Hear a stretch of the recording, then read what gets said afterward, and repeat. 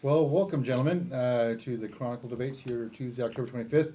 We are here with Ross Nielson and Tom Crowson for Lewis County Assessor. So is it okay with we go with first names, or would you prefer? Tom is fine for me. Okay. Yep, Ross works for me. Ross, okay, perfect. We will go with that. What I'm going to do is read you some guidelines, and then go into your opening statement, and then we'll go from questions Great. there, alternating. Each candidate will have an opportunity for a 2-minute opening statement. Following that, you will each have 2 minutes to answer each question, and provided 1 minute or 2 1-minute rebuttals if you decide. Following that, you will have each candidate will get 2 minutes of closing. So there's 5 or 6 questions, and we will alternate going through that. And right now, we'll get going. So I'm going to start off with I'm going to start around on this side. We'll go with Tom, and we can have your 2-minute opening statement. Okay. One note, I'll be keeping time, so if I hold this up, it's time's up, but if you're finishing a thought, finish the thought, just don't drag it on Don't too keep long. going. Yeah. Okay. Well, I was a little worried about the procedure today, and when I called, I was told there would be an opening statement, but mine is a little longer than 2 minutes, so I will do my best, okay? You get a closing statement too, so you can work Yeah, from there. okay, well, I'll Oh. maybe do half of it, right? Well, first I want to thank the editorial board for having us here, especially so close to the election day, 2 weeks. What I'd like to tell everybody is that property taxes are out of control here in our state and in Lewis County. And we're finding people buying properties, buying homes, like people from King County or people from out of state, and they're buying them sight unseen. And so what's happening is they're jacking the property valuations way up in Lewis County especially.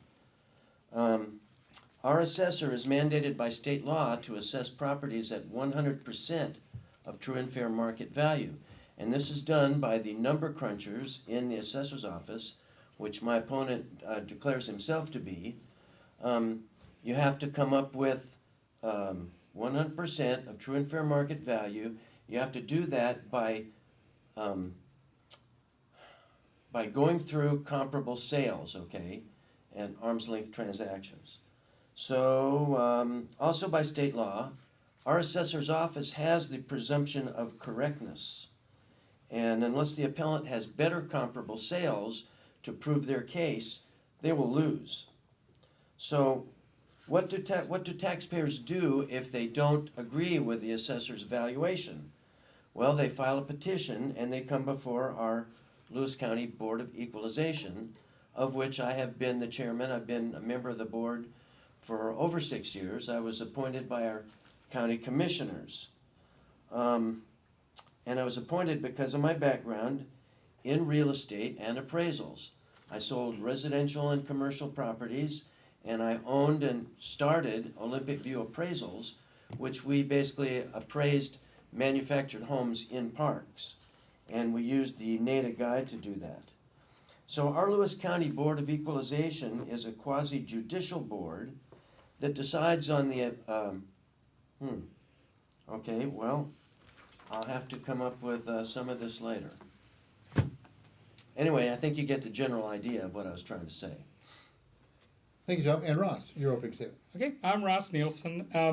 I'm running for assessor because I am an appraiser. I have 9 years of experience as an independent fee appraiser in the private sector. I also have years of customer service and management experience, and the reason I'm running is because we need someone at the helm that is an appraiser, knows how to value properties, and will actually work in the office, not a politician.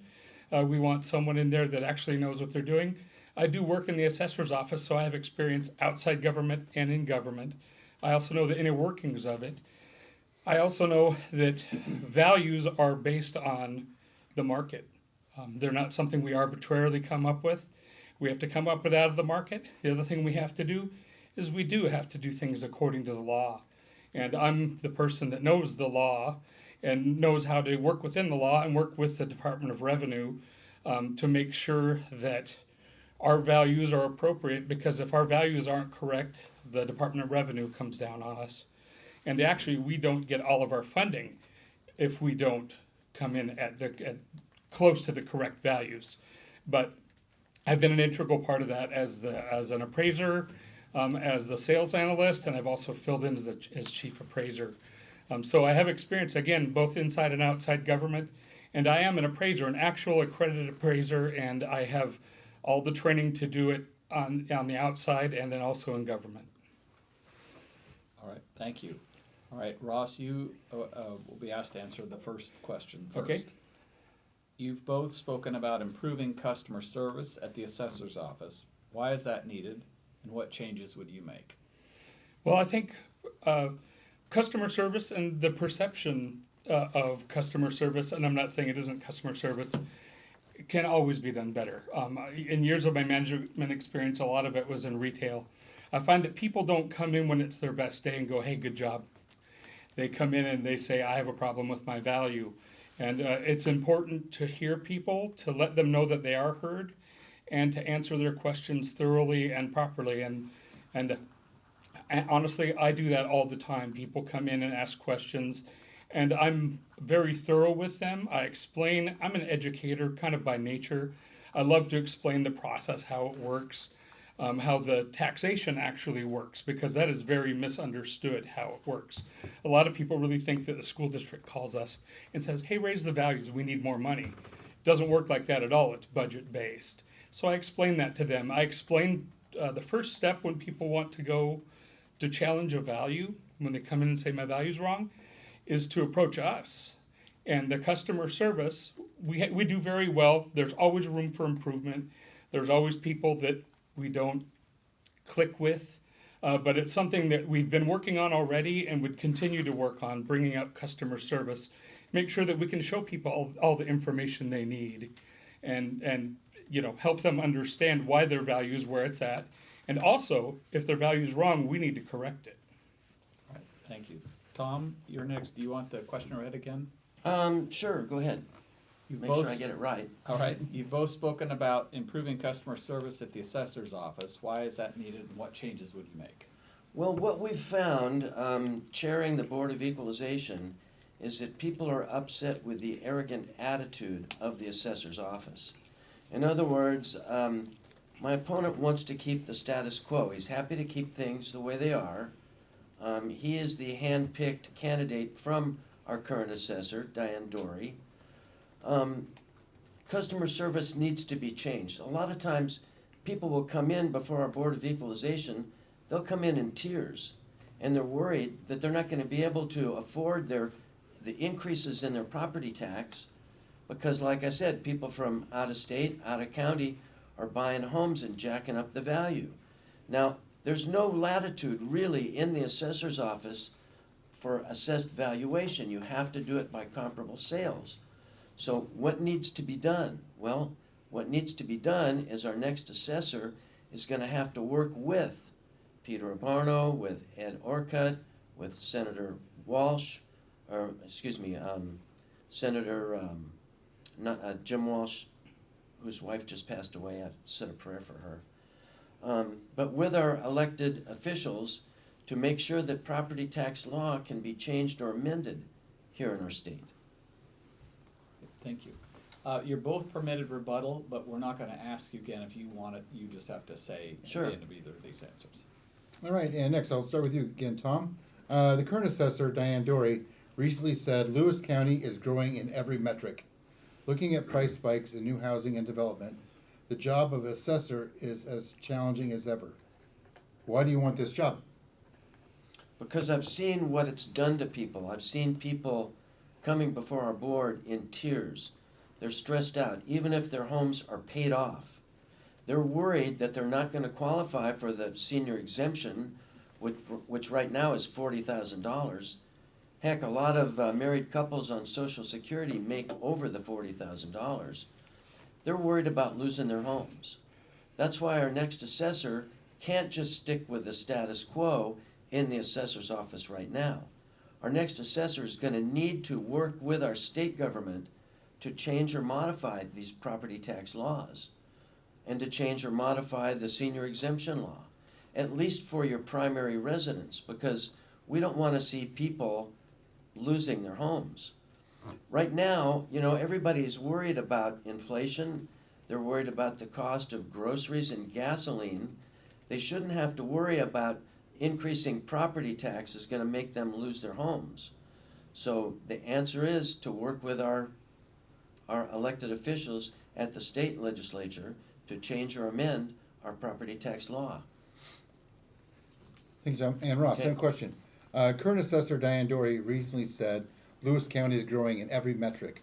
Looking at price spikes in new housing and development, the job of the assessors is challenging as ever. Why do you want this job?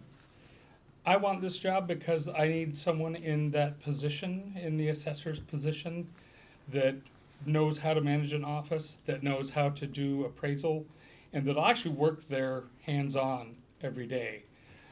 Because if we have a politician in the office that isn't an appraiser, that makes it more difficult for the office, or we're gonna have to hire more people. I'm a small government guy.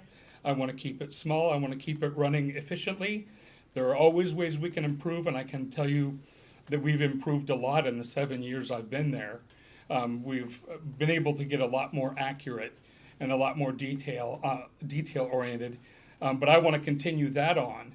And by being a hands-on working assessor, I'll be able to tackle the changes that have been coming. There are just a lot more parcels in the county now than there were a year or 5 years ago. Makes more work for us, but with the efficiencies that we've brought in and some of the employees, we're going to be able to tackle that really well. We'll obviously still be working with the legislature. There's already processes in place for the assessor to work with Wasaka and Waco to pool the assessor's power to take to the legislature. That's a given. We'll be working on that in any programs that would benefit people.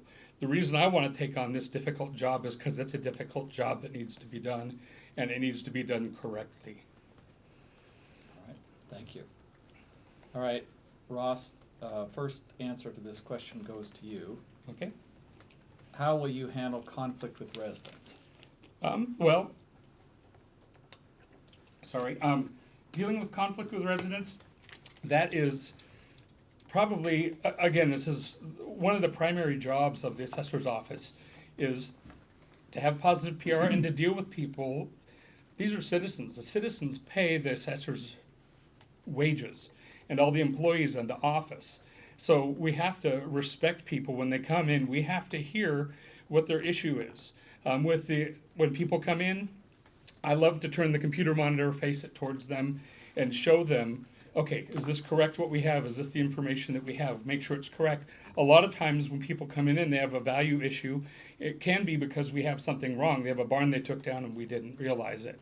But one of the foremost things that we need to do is to treat the people well when they come in. We need to hear them. We do not need to treat them poorly or get mad. Our job isn't to fight with people, isn't to argue with them. Our job is to work with them, help them understand where their value came from, and if we're wrong, to fix it. And so really, and that I've got more than 30 years of customer service experience. And again, we know that people don't usually come in on their best day, hey, everything's going great and I don't have any problems. But we also, when they come in and they're angry or they're frustrated or they don't understand, we need to deal with them fairly and treat them as the humans they are and the citizens that pay our bills. Thank you. Tom, how will you handle conflict with residents? Well, right now, what we're seeing is an arrogant attitude coming out of the assessor's office. And this is relayed to us by people that come before the Board of Equalization. It's like my way or the highway. It's like we have the presumption of correctness by state law, and we have all these, they do this trending where they'll give the appellant 8 or 10 pages of sold properties without highlighting any of them. They make it so confusing for the average appellant that the average appellant is going to lose. We have people coming in before our board, and they're worried about their property tax going up, and they get told, well, you know, our comps are better than yours. So part of the problem is whenever our board goes against the assessor's office, when we decide that the appellant's comparable sales are much better and the assessor's office has evaluated their property unfairly, almost 100% of the time, when we rule with the appellant, the assessor's office goes to the State Board of Taxation. And now, the problem there lies is that they're backed up almost 3 years at the State Board. So what we're seeing at the Board of Equalization, we see people coming in year after year with the same problem. After our board has ruled in their favor, what the assessor's office does is just jacks it right back up again. So, I mean, we hear this time after time and year after year. My very best supporters have come before our Board of Equalization, and they're the ones saying there need to be changes in the assessor's office. Thank you. Thank you. I pulled up a red flag, if Oh, that's all sorry about right. that, I missed that, yep. Yep. Well, I take umbrage with arrogant nature, and I don't know if this is hearsay, but we work with the office, and I do some of the management end of it, and I often end up at the counter, and I take umbrage with that we're arrogant. People come in, we help them quite a bit. I think when people get to the board, sometimes they're frustrated. I can't answer to the people in there saying that, but I honestly, if you polled people that came into the office, I really believe that most people leave. They may not agree with the value, but they'll understand where it came from. And when people come into the office, we work with them. We try to find out if there's something that we did wrong. That's the nature of appraisal. And the nature of appraisal is you have an estimate of value.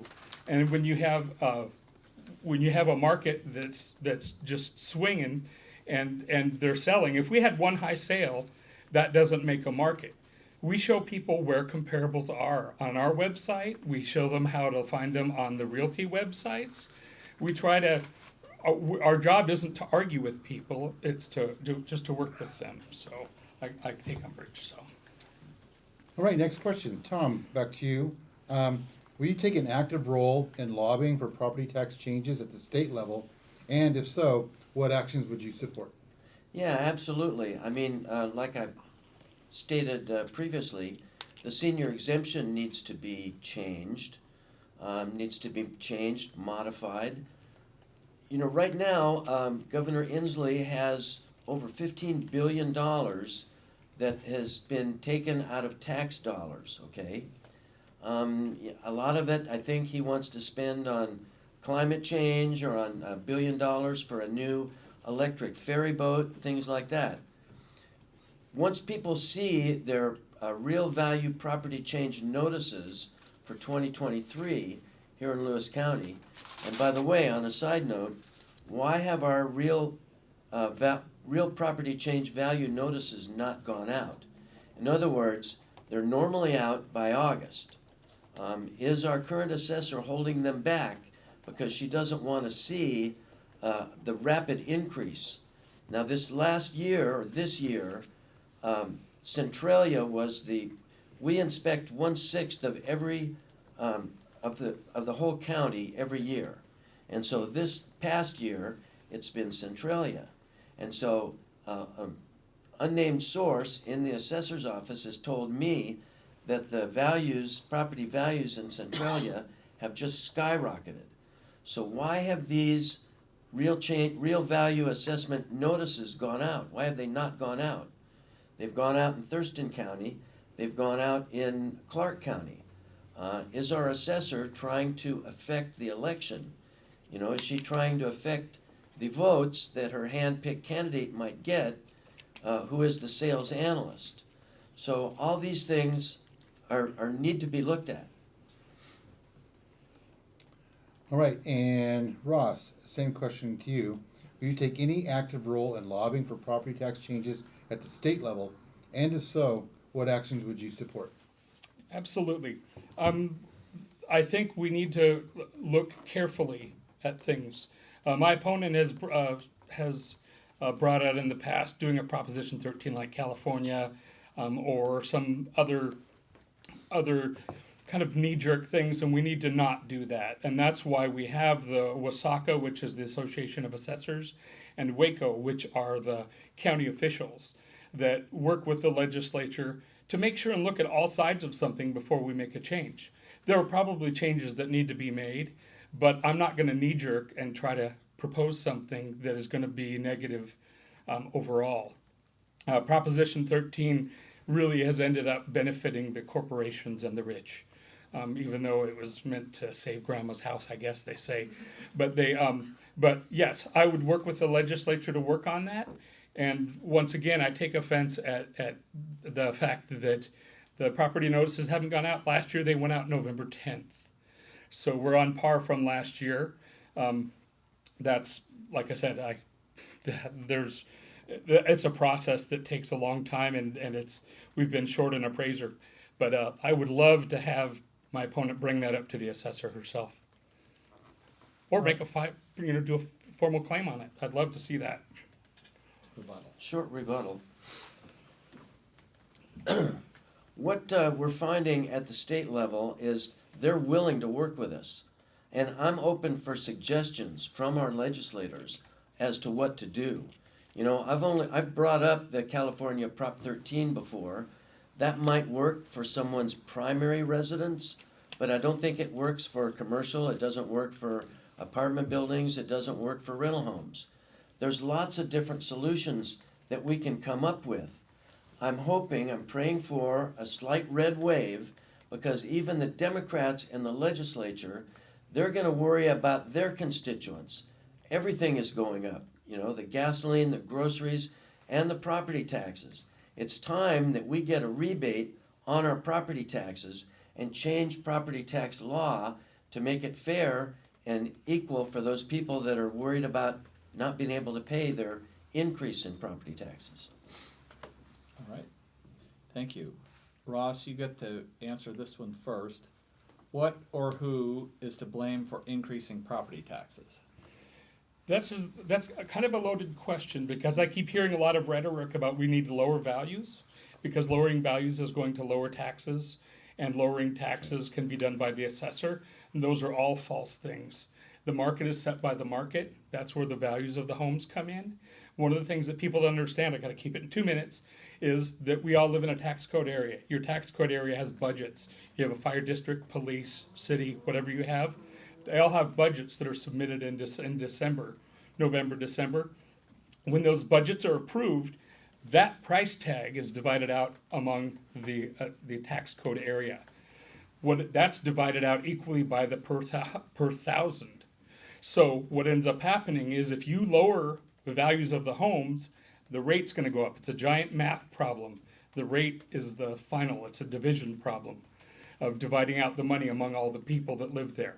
The rate changes. So 2018, most of Centralia went down 5%, and that was based on the market.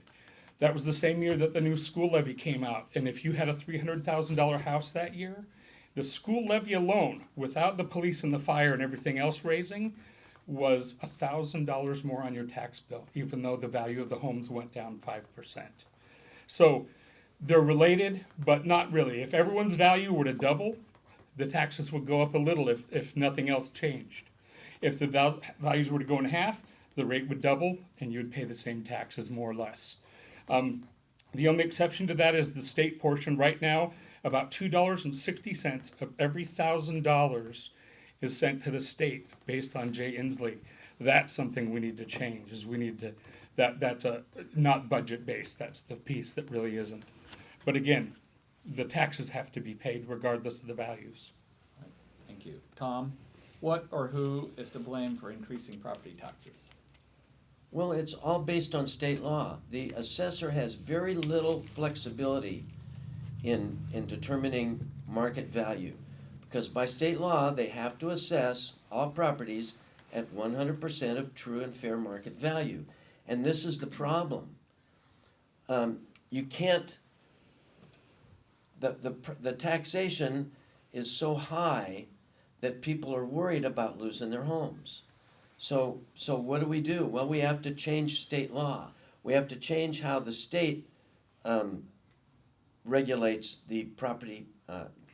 We have to change the state property tax law. And this is something that needs to be worked on. This is why, I've spoken with our local legislators. And this is why I think even the Democrats in the legislature will agree when they start hearing from their constituents about how out of control everything is and how everything goes up. I'm no big fan of the California Prop 13, but I'm open for suggestions from constituents, from voters, from taxpayers, and from our state legislators on how to change things, on how to improve things, so people won't be worried about losing their homes. Inflation is affecting everybody, and property tax is one of the things that people are going to have to start to think about. You know, this assessor's race, I mean, I see that Joe Kent has had over 200 different meetings for people. And this assessor's race is not really important to a lot of people. But once they get their property tax statements, it'll become more important. So that's why it's real important to work with our state government to try to change or amend property tax law. Thank you. And Tom, we'll start with you now. Okay? How do you balance costs to residents with improved quality of life from levies and bond measures?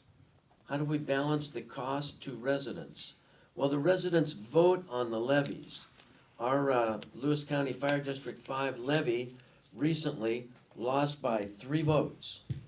And I've got to tell you that I was proud of our auditor, because I went in there for the recount and they were right on the money afterwards. That was pretty amazing. There was no discrepancy at all.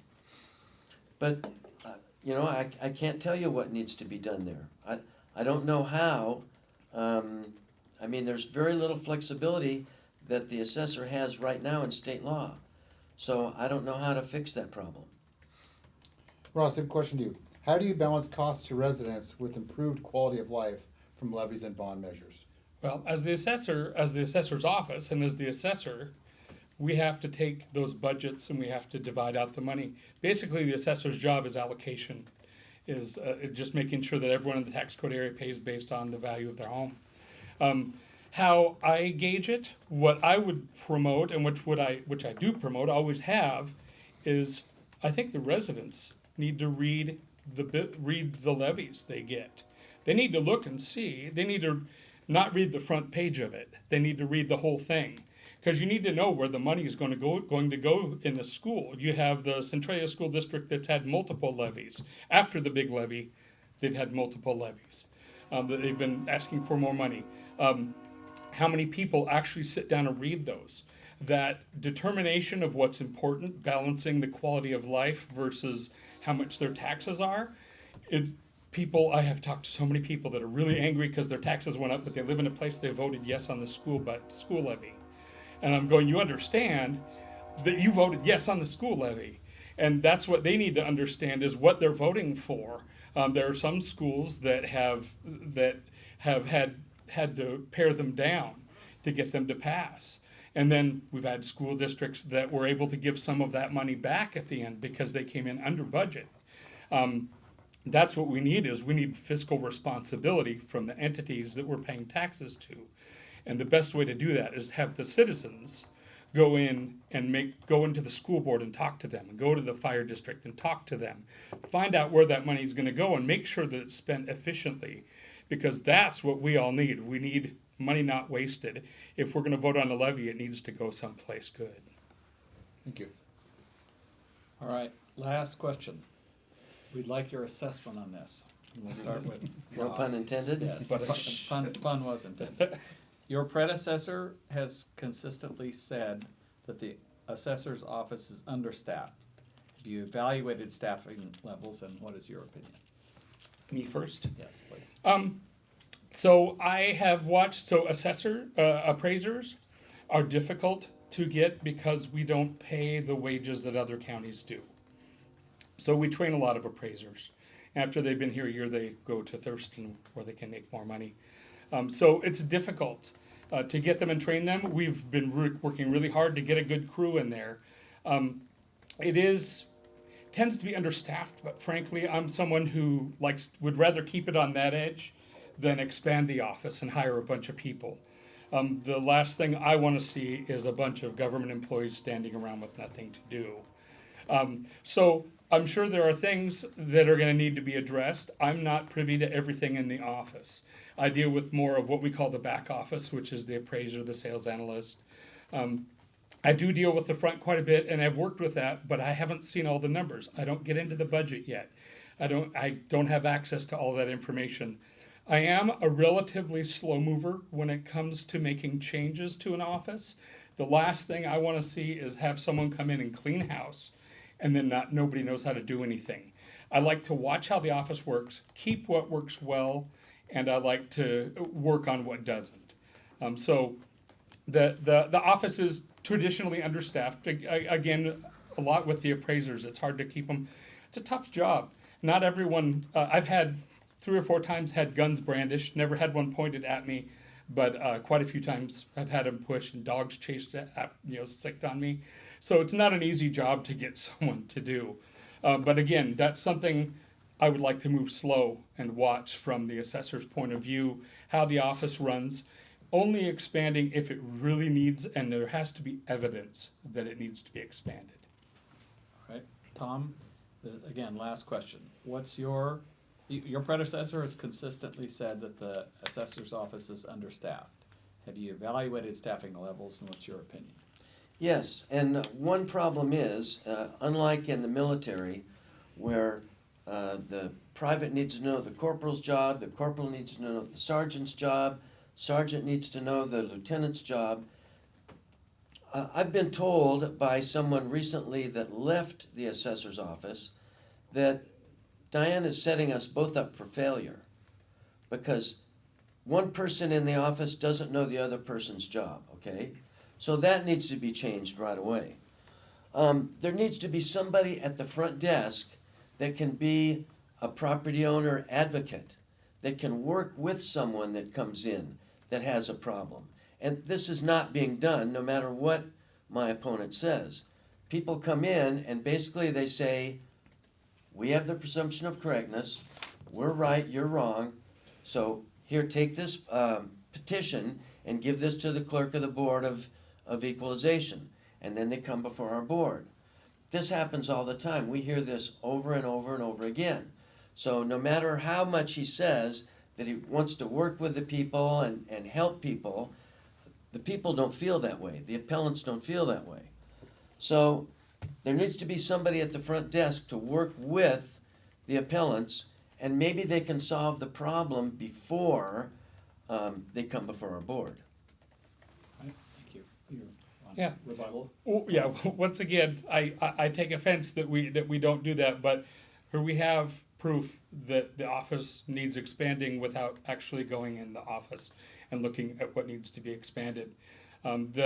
Again, customer service is always an ongoing thing. There's always room for improvement, but that's something that, again, I have a lot of experience in customer service and in management at doing that, and I don't want to just go expand the office just for the sake of expanding the office. We need to look and see if a position is needed, and I will tell you that, honest truth, the majority, if not nearly all the people that come in our office are given satisfactory answers and leave with a smile on their face. Maybe not happy with the value, but at least they understand where everything came from. Thank you. And now it's time for closing statements. Tom, you led with the opening statements, so I'll go with Ross Okay. with the closing statement. Okay. So I'm a small government person. I think that the offices, all of the offices in government, should be as minimal as possible. I think intrusion into our personal lives should be as minimal as possible. The assessor's office does have a job to do, and it needs to be done well. It needs to be done according to the law. It needs to be done accurately. What ends up happening is if you lower one person's value, I talked earlier about the tax code area. If you lower one person's value, their neighbors are paying their taxes, their portion of the taxes. If you have one person that's valued too high, they're paying taxes for other people in that tax code area. The assessor's job is to equalize, is to make sure that everyone's paying their fair share. I want to make sure that nobody pays anyone else's taxes. I also want to make sure that the office runs efficiently. I'm a frugal person when it comes to, again, to hiring and to budgeting. I think we can do things the least intrusive way. And frankly, that's the only control the assessor's office has over reducing taxes that is talked about a lot, is to run an office efficiently and as minimal as possible. If you expand the office, that costs the taxpayers. I'll go in, I want to see how it goes, but again, there's going to be evidence there before I'm actually expanding the office, before I'm adding any positions, because the last thing I want to do is spend people's money inefficiently. Thank you, Russ. And Tom, your closing statements. Okay, well, I'm not a politician. I'm a citizen, I'm a voter, I'm a taxpayer, and a property owner, just like all of you, okay? I've worked in public and private. I had my own company, I had my own business. I recently ran the Lewis County Fire District 5. We have a budget of well over $1 million. And until I got ill with the COVID, I was still a fire commissioner in Fire District 5. So I know how the public sector works. I know how the private sector works. I have the education and the experience and the dedication to be your next Lewis County assessor. Now, currently I've been chairing the Lewis County Board of Equalization, and I was accused at the time of politicking in the Lewis County Board of Equalization. At the same time, my opponent was there, and the rest of our board was there, and there was a little old lady that was worried about losing her home, and I mentioned to her, I said, hey, you don't know, you might want to take a look at the new initiative. It's initiative 1509, and it has to do with changing the values on your primary residence. So I was accused after that of campaigning in the county administration building. So someone told Diane calls Jonathan Myers calls the Public Disclosure Commission, and basically they asked me to recuse myself from the Board of Equalization until after the election. So I've tried really hard not to do dirty politics in this campaign. And I told everyone at the Farm Bureau picnic that my opponent, if you like my opponent, you should vote for me. And they said, why would we do that? And I said, because I would keep him on staff, and that way you'll get 2 for 1. So I'm asking for voters' concerns, for their help and their vote in this race. And I want to prove to everyone here and voters that I am the taxpayer's choice. Thank you.